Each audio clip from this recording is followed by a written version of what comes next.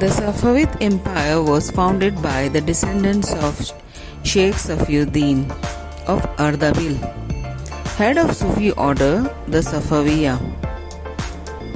Although the early Safavi order was originally Sunni following the jurisprudence of Shafi'i school, Sheikh Safi claimed his spiritual lineage to Hazrat Imam Ali alayhi salam.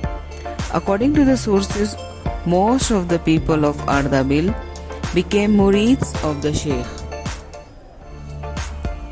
By the early 1400s, the number of Safawiya had increased, not only in Anatolia and Azerbaijan but also across northern Syria. Many of the Futuhat in these regions pledged allegiance to the order. When Shah Junaid, a descendant of Sheikh Safi, became leader of the order, he transformed the brotherhood. Junaid adopted the title of Shah and formed a marriage alliance with the leader of the main Turkic tribal group in control of Persia. He converted the role of Sheikh from that of purely religious leader to one also involved with political affairs. Junaid was succeeded by his son Haider, who claimed that he was being instructed by Hazrat Imam Ali alayhi salam in a dream to design a distinctive cap for his followers called the Taj or coronet, cut out of the scarlet cloth.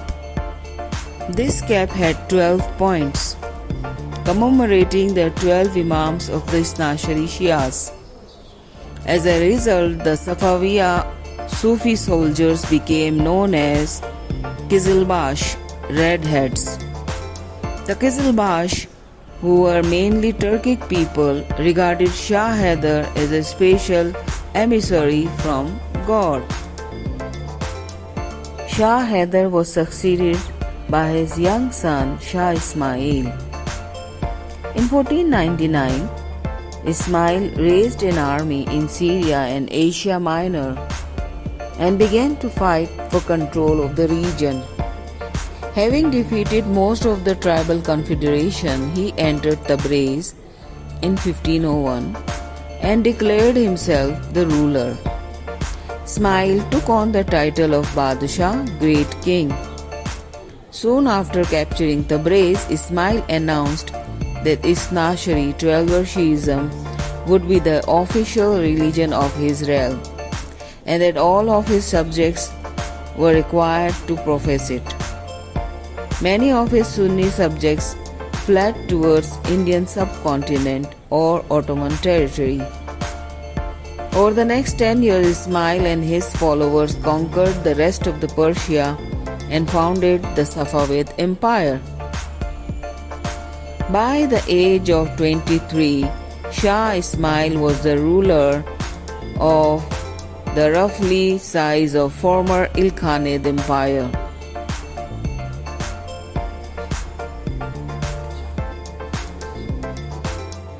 Shah Ismail claimed to be a representative of the 12th Isnashari Imam, the Mahdi.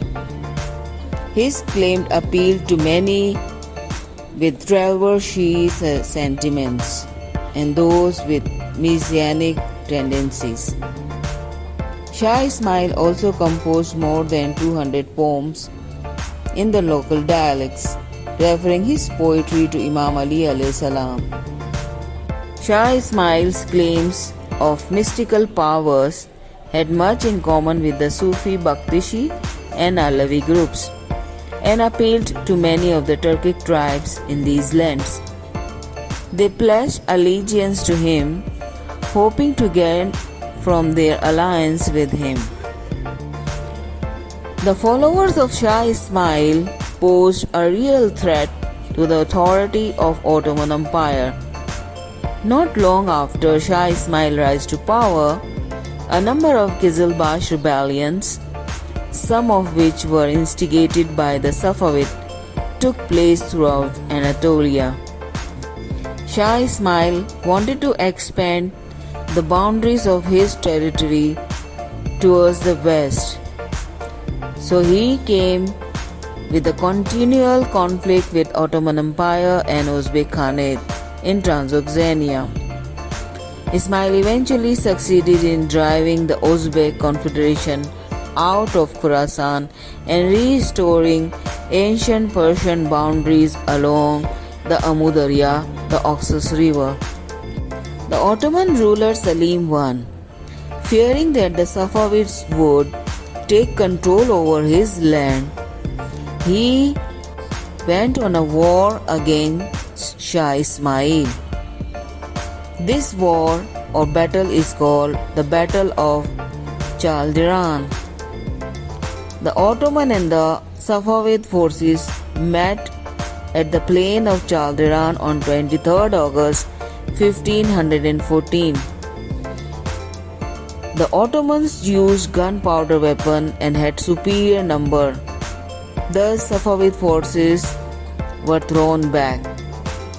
The important outcome of this battle was that the Safavid lost control and influence in Anatolia, Iraq, and Turkoman regions. Tabriz was transformed into a border city, and the center of Safavid Empire shifted eastwards, reducing the Turkic influence and giving in more of the Persian character.